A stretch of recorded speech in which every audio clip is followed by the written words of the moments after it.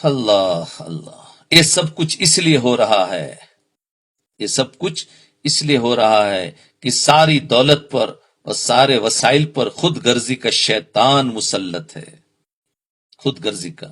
ہر انسان یہ چاہتا ہے کہ مجھے پیسے ملنے چاہیے، چاہے حلال طریقے سے ملے یا حرام طریقے سے ملے، وقتی طور پر میں خوش ہو جاؤں، بس وقتی طور پر میرا کام بن جائے، وقتی طور پر مجھے راحت مل جائے، بس میں اپنا دیکھوں، چاہے اس کی خاطر مجھے قوم اور ملک کو داؤ پر لگانا پڑ جائے، یعنی میرے فائدے کے لیے، چاہے میں اپنی قوم کو اور اپنے ملک کو چاہے میں بیچ دوں، چلے گا، میرا فائدہ ہو جائے، قوم کا نقصان ہو جائے، ملک کا نقصان ہو جائے، مجھے اس کی کوئی پڑی نہیں، میرا اپنا فائدہ ہو جائے۔ یہ ہے خود غرضی، چاہے اس کی خاطر مجھے اپنی پوری ملت کو بیچنا پڑے، لیکن میں کسی طرح اپنا الو سیدھا کر لوں، بس۔ حالانکہ اس کا کیا الو سیدھا ہوگا؟ جو سب کو ملک کو بیچ دیا، اللہ اس کو چین سکون سے رہنے دیں گے؟ نہیں، لیکن بس ایک جوش اندر، حالانکہ پتا ہے وہ خود بھی چین سے ان کو کھا نہیں سکے گا، بلکہ جو سب کو پریشانی میں ڈالا ہے، کیا اللہ اس کو خوش کر دیں گے؟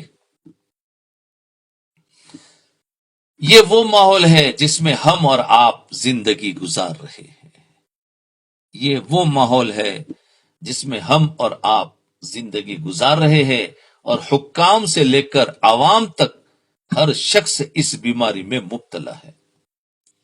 حکام، حاکم جو ہے، اس سے لے کر عوام تک ہر شخص اس بیماری میں مبتلا ہے۔ آج ہر شخص کرپشن کا رونا رو رہا ہے۔ ہمارے ملک میں کرپشن دیکھو، آج ہر شخص کرپشن کا رونا رو رہا ہے۔ ہر شخص یہ کہتا ہے کہ حکومت کے کسی دفتر میں جاؤ، کسی آفس میں جاؤ تو اس وقت تک کام نہیں بنتا جب تک پیسے نہ کھلائے جائے۔ ہر شخص یہی کہتا ہے، اسی کا نام کرپشن ہے۔ آفسوں میں لوگ حرام کھانے کے لیے منہ کھولے بیٹھے ہیں، حالانکہ کام سب کچھ اس کے کوئی غلط نہیں ہے، سارے کاغذات تیار ہے اور سب ڈاکیومنٹ صحیح ہے، لیکن حرام کھانے کے لیے منہ کھولے بیٹھے ہیں۔ یہ شکایت ہر شخص کر رہا ہے، لیکن جب اس کو موقع مل جائے تو وہ بھی اپنا منہ کھولے بغیر نہیں رہتا، اور وہ اس سے زیادہ رشوت لے گا جتنی وہ دوسروں کو رشوت لینے کی شکایت کر رہا تھا۔ وہ دوسروں سے زیادہ کرپشن کا مظاہرہ کرے گا، جھوٹے سرٹیفکیٹ بنائے گا، جھوٹی شہادتیں دے گا۔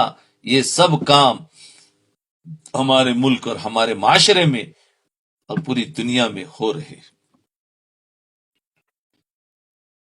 دیکھو، دنیا میں اگر کامیاب ہونا ہے تو کامیابی کے لیے محنت شرط ہے۔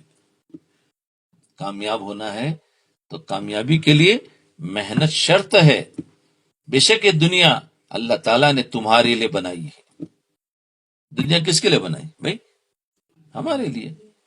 لیکن یہ دنیا اس لیے بنائی ہے کہ اس میں محنت اور جد و جہد کر کے، اس میں محنت اور جد و جہد کر کے حلال اور جائز طریقے سے کماؤ، اور اس کے وسائل کو اپنی بہتری کے لیے اور امت کی بہتری کے لیے استعمال کرو۔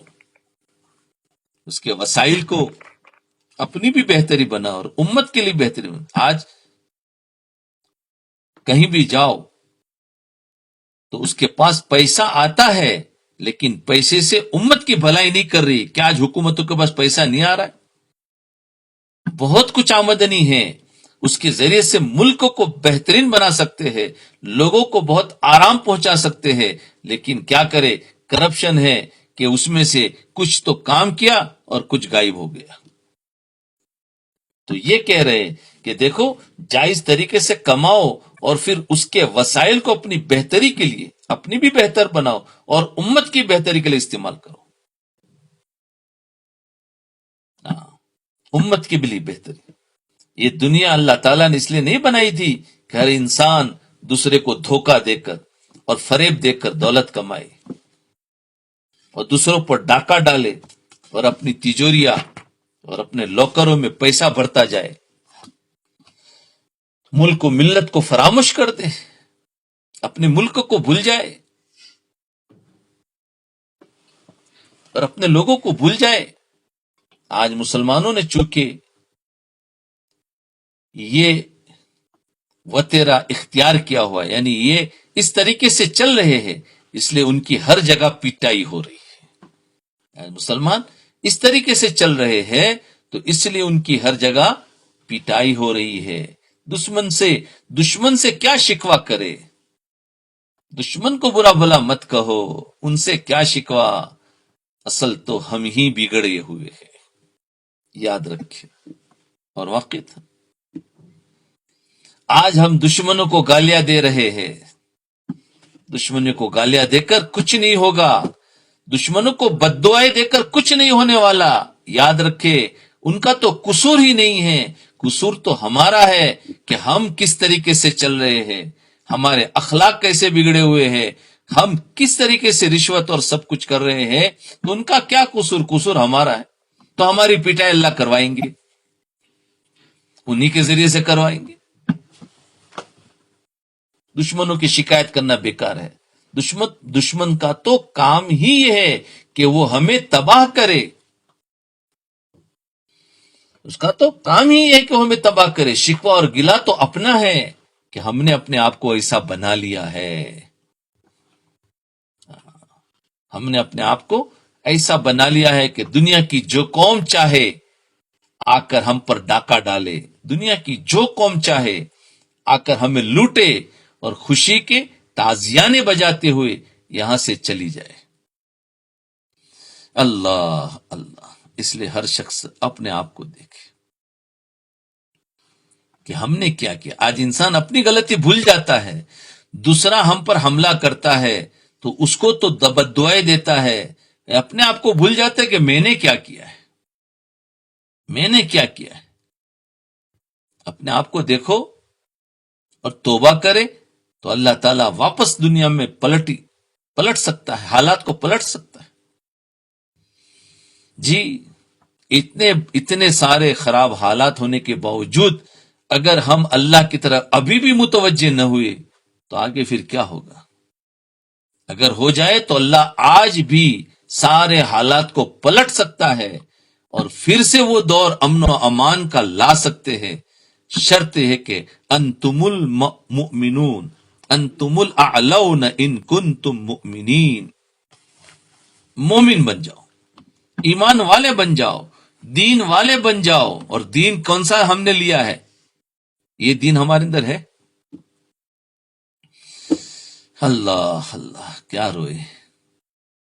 اللہ تعالیٰ کے ایک اصول ہے، یاد رکھیے، یہ صورتحال اس وقت تک نہیں بدلے گی، اس وقت تک نہیں بدلے گی جب تک ہم اپنے آپ کو نہیں بدلیں گے۔ یاد رکھیے، جو انسان بھی انفرادی اپنے آپ کو بدل دے گا، اللہ کا معاملہ اس کے ساتھ صحیح ہو جائے گا۔ اور اگر کچھ اپنا گھر میں اپنے ہر شخص نے اپنے آپ کو بدل دیا تو ہمارا گھر ایک الگ ہو جائے گا، اور اگر اپنے محلے اور اپنی سوسائٹی نے اگر بدل دیا تو اس کا اثر دوسروں پر پڑے گا۔ اس طریقے سے ساری دنیا میں بات پھیلے گی، لیکن آج ہر شخص اپنے آپ کو بدلنے کے لیے تیار نہیں۔ جب تک ہم اپنے آپ کو نہیں بدلیں گے، قرآن کریم کا ارشاد ہے، ان اللہ لا یغیر ما بقوم حتی یغیروا ما بانفسہم، یعنی اللہ تعالیٰ اس قوم کی حالت کو نہیں بدلتے، اللہ تعالیٰ اس قوم کی حالت کو نہیں بدلتے جو قوم خود اپنے آپ کو بدلنے کے لیے تیار نہ ہو۔ اللہ تو قادر ہے، لیکن اللہ تعالیٰ کیا فرماتے ہیں کہ پہلے تم اپنے آپ کو بدلنے کے لیے تیار ہو جاؤ، پھر میں تمہاری مدد کروں گا۔ تم اپنے اندر یہ جذبہ پیدا کرو کہ مجھے اپنی اصلاح چاہیے، مجھے اب بدلنا ہے، پچھلی زندگی کو چھوڑنا ہے، اور پھر محنت شروع کر دوں گے تو اللہ کی مدد ہمارے ساتھ ہوگی۔ لیکن ہم نے ارادہ ہی نہیں کر رہے۔ کتنے واعظ و نصیحت ہو رہی ہے، کتنے بیانات ہو رہے ہیں، کتنی تفسیریں ہو رہی ہے، کتنے علم پڑھایا جا رہا ہے، کتنا دعوت و تبلیغ کا کام ہو رہا ہے، لیکن اپنے آپ کو بدلنے کی ابھی تک نیتیں نہیں کی۔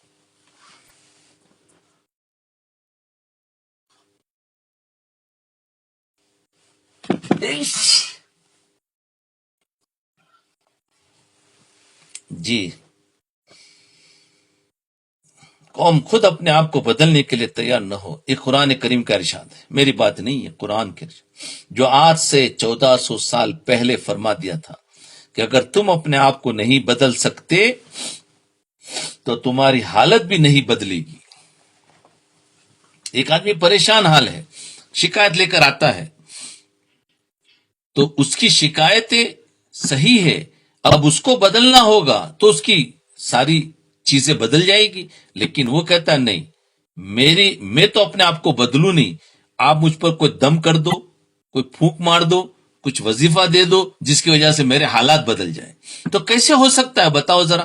خود قرآن کہہ رہا ہے کہ بھائی یہ وظیفہ پڑھنے سے تمہارے حالات درست نہیں ہوں گے، تمہیں خود کو بدلنا ہوگا۔ یاد رکھو، خود نماز نہ پڑھے، خود رشوت لے، خود جھوٹ بولے اور پریشانی آئی اور آ کر کہتے ہیں عالموں کے پاس، کہا کہ ہم پریشان ہیں، ہمیں کچھ پڑھنے کو دے دے، ہمارے لیے دعائیں کر دے، تو کیسے ہو سکتا ہے؟ خود بدلنے کا ارادہ کر لے کہ میں نے آج سے توبہ کر لی، تو فوراً وہ دعا اثر کرے گی کہ اللہ انہیں توبہ کی ہے تو اس کی توبہ کو قبول فرما، اس کے حالات کو درست فرما، اللہ درست کر دیں گے۔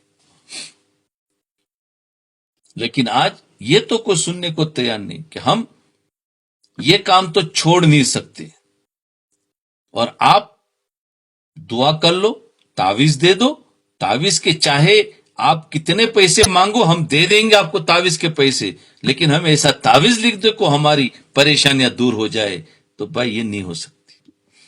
یہ تو نبی بھی لکھ کر دے گا نا تو بھی حالات درست نہیں ہوں گے، خود کو پہلے بدلنا ہوگا۔ یاد رکھے، خود کو بدلو۔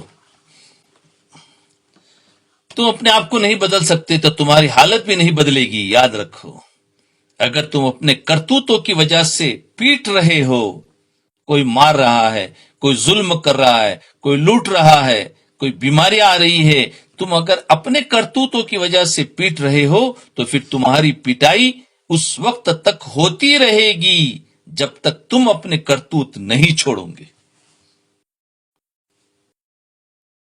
ہاں، یاد رکھیے، پکی بات ہے، دعائیں کام نہیں آئے گی، دعا تو مدد کرتی ہے۔ یاد رکھے، پہلے تو اپنے آپ کو بدلنا ہے، اپنے عملوں کو دیکھو کہ اگر ہم رشوت نہیں چھوڑنے کو تیار ہے، اور ہم دھوکہ دینے کے چھوڑنے کو تیار نہیں ہیں، جھوٹ چھوڑنے کو تیار نہیں ہیں، اور کسی پر ظلم کرنے کو چھوڑنے کو تیار نہیں ہیں، تو پھر تو پٹائی ہوتی رہے گی، ہوتی رہیں گی جب تک کہ توبہ کر کے بدلنے کا ارادہ نہ کرو۔ تو اس لیے یہ حالات اللہ تعالیٰ جو مسلمانوں پر بھیج رہے ہیں وہ تو اچھے حالات ہے کہ بدل جاؤ، بدل جاؤ، الارام ہے، الارام ہے۔ یہ جتنے اس درد کو سن رہے ہیں وہ لوگ بھی اپنی زندگی کو تبدیل کرے، نماز روزے پر کافی نہیں ہے بلکہ اپنی زندگی کو چینج کرے کہ ہمارے اندر کیا کیا بھرا ہوا ہے۔ اخلاق پر بات چل رہی ہے، کیا یہ اخلاق ہمارے اندر ہے؟ ہمارے دل کے جذبات ذرا دیکھو کیا ہے۔ غصہ ہمارے اندر بھرا ہوا ہے، ریاکاری ہمارے اندر بھری ہوئی ہے، رشوت ہمارے اندر بھری ہوئی ہے، اور سب کچھ ہے، کون سی چیز نہیں ہے؟ اور ہم اپنے آپ کو بدلنے کا ارادہ نہیں کر رہے۔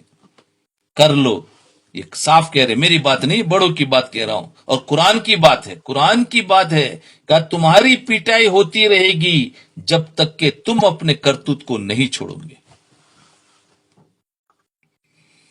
اور پھر ہماری دعائیں بھی قبول نہیں ہوگی۔ یہ بھی یاد رکھنا، خود کرو یا کسی اللہ والوں سے دعائیں کراؤ، دعائیں قبول نہیں ہوگی۔ آج لوگ یہ کہتے ہیں کہ اتنی دعائیں کی گئی، اتنی دعائیں کی گئی، اللہ تعالیٰ سے اتنا مانگا گیا لیکن ہماری دعائیں قبول نہیں ہوئی۔ ہے کہ نہیں؟ شکایت ہے نا کہ اتنی دعائیں کی گئی، حرم میں جا کر مانگا ہے، عمرہ میں جا کر مانگا ہے، اللہ والوں سے کہلوایا ہے، بڑے بڑے اجتماعات میں دعا کروائی ہے، اتنا مانگا، لیکن ہماری دعائیں قبول نہیں ہوئی، ہمیں فتح نہیں دی گئی، اور دشمن کو فتح ہو گئی. اس کی کیا وجہ ہے؟ جی، اس کی کیا وجہ ہے؟ یہاں تک کہ لوگوں کے ایمان متزلزل ہو رہے ہیں. یاد رکھے، یہاں تک پہنچ گئے کہ لوگوں کے ایمان اب ڈگمگا رہے ہیں. کیا کہ کیوں ہماری دعائیں قبول نہیں ہو رہی ہے؟ تو شک میں آگے لوگوں کے دلوں میں شکوک اور شبہات پیدا ہو رہے ہیں کہ اللہ تعالی ہماری مدد کیوں نہیں کر رہا ہے. ہماری پٹائی ہو رہی ہے اور اللہ ہماری مدد نہیں کر رہا ہے.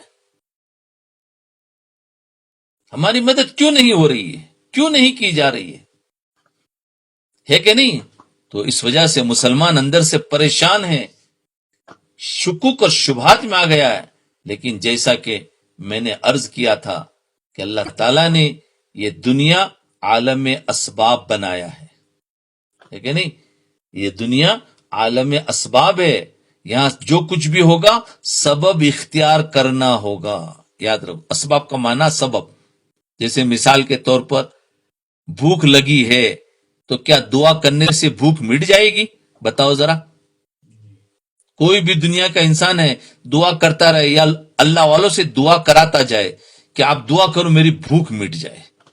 بھئی بھوک تو کرنے کے لیے کھانا پڑے گا، بھوک مٹ جائے گی، چاہے کسی سے بھی دعا مت کراؤ.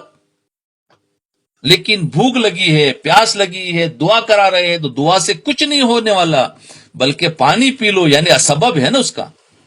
بھائی پانی پیاس کا سبب بنایا ہے، پانی بھوک کا سبب بنایا کھانا کھا لو تو ختم ہو گیا. تو اسباب اختیار کرنے ہوں گے. مثال بتائی تو ہم پر جو حالات ہے تو حالات کو دور کرنے کے لیے ہم دعائیں کراتے رہے تو دعا سے کام نہیں ہوگا. اس کے جو اسباب ہے ان اسباب کو اختیار کرو تو کام ہو جائے گا. جیسے بھوک لگی ہے تو کھانا کھا لو، اور کھانا نہیں ہے تو محنت مزدوری کر کے 2 پیسہ کما کر کھا لو تو بھوک مٹ جائے گی، پیٹ بھر جائے گا. لیکن دعا کرنے سے پیٹ نہیں بھرے گا. اللہ قادر ضرور ہے لیکن اللہ ہر کام اسباب میں کرتے ہیں. یہ بات سمجھ گئی؟ تو اس کے بعد یہ سمجھ میں آئے گا کہ دنیا عالم میں اسباب بنائی. جب تم اپنی حالت بدلنے کے لیے تیار نہیں ہو، یہ سبب کہ جب تم اپنی حالت بدلنے کے لیے تیار نہیں ہو، اللہ تعالی اور اس کے رسول صلی اللہ علیہ وسلم کی آواز پر کان دھرنے کے لیے اور سننے کے لیے تیار نہیں ہو، بلکہ جہاں تمہیں 4 پیسے کا نفع مل رہا ہو وہاں تم اللہ کو بھلا بیٹھتے ہو، رسول کو بھلا بیٹھتے ہو، تو پھر اللہ تعالیٰ تمہاری مدد کیوں کریں گے؟ یہ اسباب ہے. کہ اسباب کیا ہے؟ کہ اپنے آپ کو بدلنے کی محنت کرو. یہ اسباب اختیار کرو گے تو پھر اللہ مدد کرے گا، کیونکہ اللہ تعالیٰ کی مدد اسباب کے ساتھ. نسوا اللہ فنسیہم یعنی انہوں نے اللہ تعالیٰ کو بھلا دیا تو اللہ تعالیٰ نے ان کو بھلا دیا. اللہ تعالیٰ کو بھلا دینے کا مطلب یہ ہے کہ انہوں نے اللہ تعالیٰ کے احکامات کو چھوڑ دیا تو اللہ نے ان کو بھی چھوڑ دیا. اللہ اللہ اللہ اللہ. عام طور پر لوگوں کے ذہنوں میں خیال آتا ہے عام طور پر لوگوں کے ذہنوں میں خیال آتا ہے کہ ہم نے اللہ تعالیٰ کو کہاں بھلایا ہے کہ نہیں؟ کہ تم اللہ تعالیٰ کو بھلا دینے کا مطلب یہ ہے اللہ کے احکام سے چھوڑ دیا. تو کہتے ہیں کہ ہم نے اللہ تعالیٰ کو کہاں بھلایا؟ تو اللہ تعالیٰ نے ہمیں حکم دیا. دیکھو کیسے بھلایا وہ دیکھو. ویسے تو ہم نے اللہ کو یاد رکھا ہے کہ نہیں، لیکن اللہ تعالیٰ نے ہمیں حکم دیا کہ نماز پڑھو. ہم نماز پڑھ رہے. اللہ تعالیٰ حکم تھا کہ جمعہ کی نماز کے لیے آؤ، ہم جمعہ کی نماز کے لیے آ رہے. اللہ تعالیٰ حکم تھا رمضان میں روزے رکھو تو ہم روزے رکھ رہے. لہذا ہم نے اللہ کو تو نہیں بھلایا، ہم تو کر رہے. بات دراصل یہ ہے کہ لوگوں نے صرف نماز پڑھنے اور روزے رکھنے کو دین سمجھ لیا. وہی بات ہے. بات دراصل یہ ہے کہ لوگوں نے صرف کیونکہ جو نماز پڑھ رہے، روزے رکھ رہے، حج کر رہے، تو کہتے ہیں ہم اللہ کو کہاں بھلائے، ہم تو اللہ کو یاد رکھتے. اس کا جواب سنو کہ یہ ہے کہ بعض لوگوں نے صرف نماز پڑھنے اور روزے رکھنے کو دین سمجھ لیا ہے، اور زکوٰۃ دینے اور حج کرنے اور عمرہ کرنے کو دین سمجھ لیا ہے، حالانکہ دین کے بے شمار شعبے ہیں. دین کے بے شمار شعبے ہے. اس میں معاملات بھی ہے، اس میں معاشرت بھی ہے، اس میں اخلاق بھی ہے.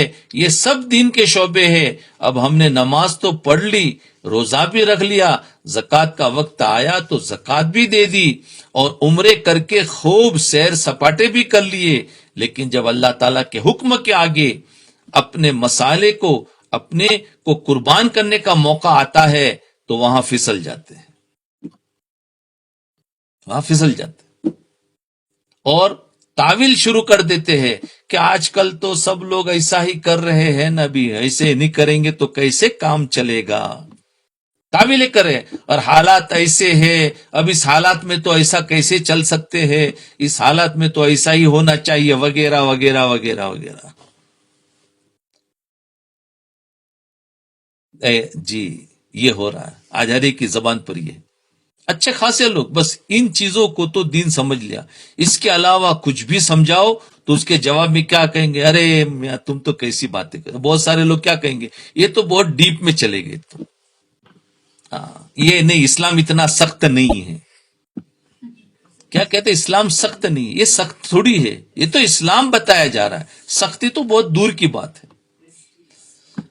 ہم اللہ تعالیٰ کے احکام کو بھلائے ہوئے ہیں، خاص طور سے اپنی معاشرت کی زندگی، معاشرت آپس میں کی زندگی میں، اپنے معاملات کی زندگی میں، اخلاق کی زندگی میں اور سیاست کی زندگی میں اسلام کو اور اسلامی احکام کو فراموش کیا ہوا ہے. یاد رکھو، نماز روزے میں تو عبادت کا کچھ دین ہے، اسی کو سارا دین سمجھ لیا ہے. یاد رکھنا وہ تو ایک تھوڑا سا حصہ ہے، چوتھا حصہ ہے. 3 حصہ دین جو ہے وہ معاشرت، معاملات، اخلاق اور سیاست جو ہے اس کو ہمیں دین پر لانا ہے. اس کو کوئی کھولتا بھی نہیں ہے، سمجھتا بھی نہیں ہے کہ یہ بھی دین ہے. یہ دین جس کی زندگی میں ہوگا اللہ اس کو کامیاب کرے گی. یاد رکھو. یہ ہے علامتیں. اپنے آپ کو پہچاننا ہے کہ میں دیندار ہوں یا نہیں. وہ نماز روزے سے مت پہچانو کیا میرے اخلاق، میرے اندر کے جذبات یہ ہے کہ نہیں ہے جو بتائے جا رہے ہیں. اگر یہ نہیں ہے تو سمجھنا میں دیندار نہیں ہوں، چاہے میں پکا نمازی کیوں نہ ہوں، چاہے میں تہجد گزار کیوں نہ ہوں، لیکن میں دیندار نہیں ہوں. یاد رکھنا، دینداری کا معیار صرف نماز روزے پر نہیں ہے، دینداری کا معیار پورے دین کی وجہ سے ہے. اللہ اکبر کبیرہ. ہم سمجھتے تھے بڑے دیندار ہے، آج پتا چلا کہ ہم تو کچھ بھی نہیں. اسی کا ایک شعبہ یہ ہے کہ اللہ تعالیٰ نے ہمیں حکم دیا تھا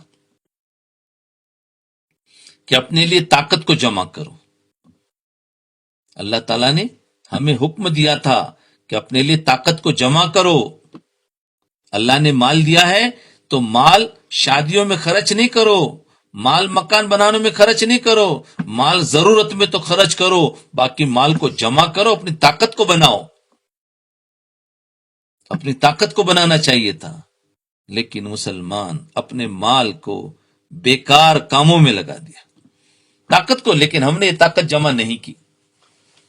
پھر یہ طاقت کیسے حاصل ہوتی؟ جبکہ ہمارے سارے وسائل رشوت کی نظر ہو رہے ہیں، کرپشن کی نظر ہو رہے ہیں. اب ہمارے سارے وسائل کیا ہے؟ جو ہے ہم رشوتیں دے دے کر اپنے کام کروا رہے ہیں. ملک کے ملک رشوت دیتے ہیں. تمہارے پر پریشانی آئی ہے تو ہم اتنا دو تو ہم تمہاری پریشانیوں کو دور کریں گے. ہم دوسروں کے محتاج ہو گئے.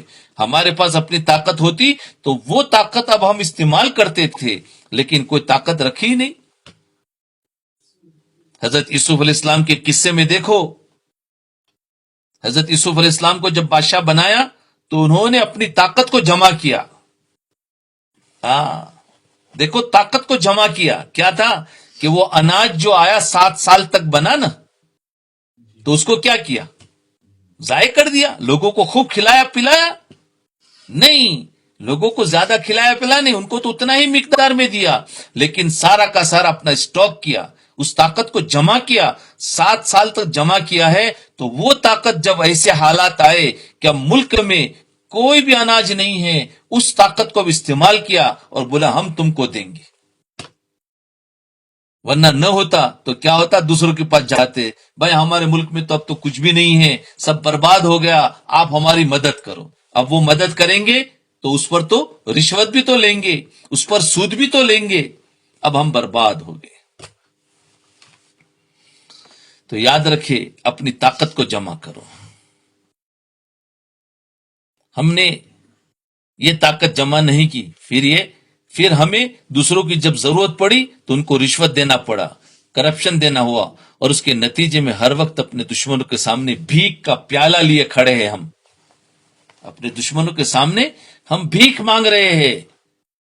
کبھی حفاظت کی بھیک مانگ رہے ہیں، کبھی اپنے ملک کے بچانے کی بھیک مانگ رہے ہیں، کبھی اپنے ملک میں روڈ اور راستے بنانے کی بھیک مانگ رہے ہیں. ہم بھیک مانگ رہے ہیں، ان سے مانگتے ہیں کہ خدا کے لیے ہماری مدد کرو. اب اگر وہ دشمن ہماری پٹائی کرتا ہے یا ہم پر حکومت کرتا ہے تو پھر اس کا شکوہ کیوں کرتے ہیں؟ اب اگر وہ ہماری پٹائی کرتا ہے تو پھر ہمیں شکایت کرنے کی کیا ضرورت ہے؟ یہ ہمارا ہی قصور ہے، کیونکہ ہم نے خود اپنے آپ کو ان کا محتاج بنا دیا ہے. ہم نے خود اپنے آپ کو ان کا محتاج بنا دیا ہے. دیکھو ہم اللہ کے محتاج ہیں. آج ہر انسان دیکھو غیروں کا محتاج ہو گیا. جو اللہ کو چھوڑ کر غیر کے پاس جائے گا تو اللہ اس کو ذلیل کرے گا کہ میں بیٹھا ہوں اور میرے ہوتے ہوئے میرا کلمہ، میری نعمتیں، میرے اسباب اختیار کر کے تو غیر کے سامنے جھک رہا ہے. تو کیا ہوگا؟ اپنے آپ کو محتاج بنا دیا دوسروں کا، اور اپنے حالات ہم نے ایسے بنا رکھے ہیں کہ اس کے نتیجے میں ہماری زندگی ان پر موقوف ہوگی کہ ہم کو تو یہی بچا سکتے، اس کے بغیر ہم نہیں چل سکتے.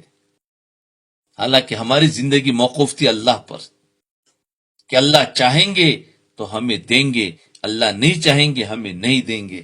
ہمیں دوسروں پر محتاج نہیں بننا چاہیے تھا. لہذا ان سے کیا شکوہ؟ شکوہ تو اپنا ہے کہ ہم نے خود اپنے کو ذلیل کیا. یہ دیکھو قرآن کی تفسیر ہے، اس کو ایک ایک بات کھولی جا رہی ہے، ایک آیت کی تفسیر ہو رہی ہے، یہ سب اس آیت میں ہے.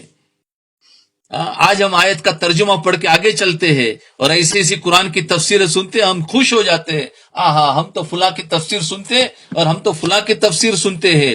ارے اس تفسیر کا جو اصل چیز ہے وہ کوئی نہیں سمجھاتا ہے، کیونکہ کرنے والے وہ بھی نہیں جانتے الا ماشاء اللہ. یہ دیکھو شکوہ تو اپنا ہے کہ ہم نے خود اپنے آپ کو ذلیل کیا. اگر آج بھی ہمارے ملکوں میں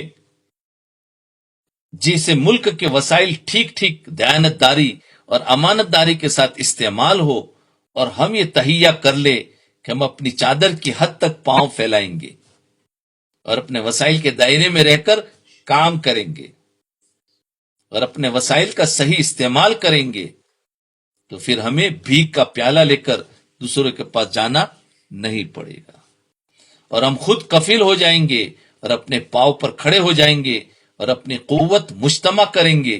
لیکن اس ملک میں رشوت اور کرپشن نے ہماری زندگی کو تباہ کیا ہوا ہے.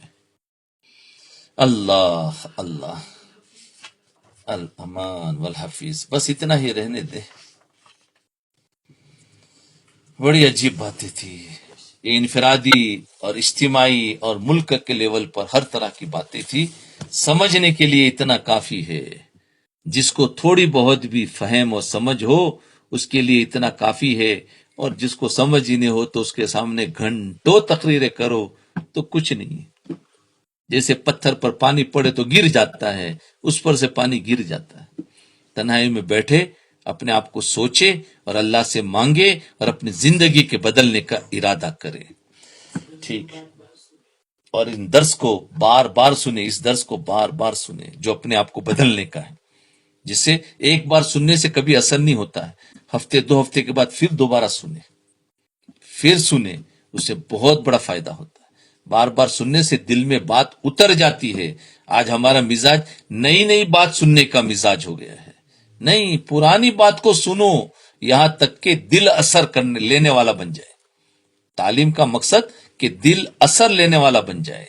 ہاں، دل یعنی صرف معلومات بڑھ جائے یہ نہیں ہے، بلکہ دل اثر لینے والا بن جائے.